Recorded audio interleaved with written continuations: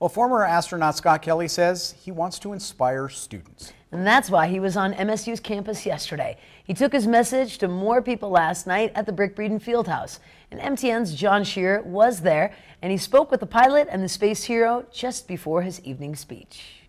Kelly is best known for spending 340 consecutive days aboard the International Space Station in 2015 and 2016. He also was the pilot of the Space Shuttle Discovery in 1999.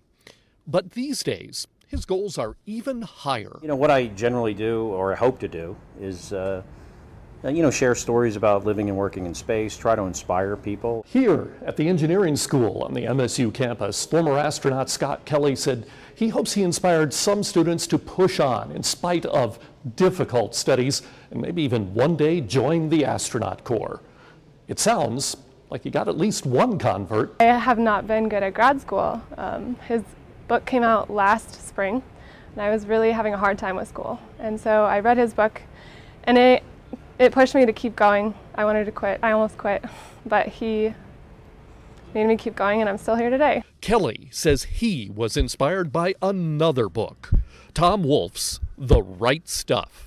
Kelly wanted to be like the first astronauts, and he says to do that, he had to redouble his efforts in school. He says the key is to find that inspiration.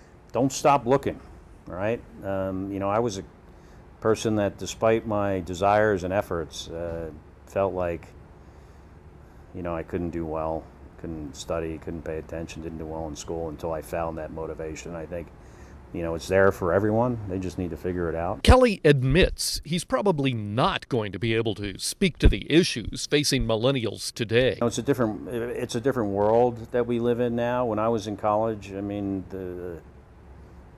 computers almost didn't exist. I didn't use a computer until 1994 when I was in test pilot school, the first time I really used a computer. But he says what he can do is sympathize with struggling students and offer them hope. I'm John Shearer on the MSU campus for MTN News.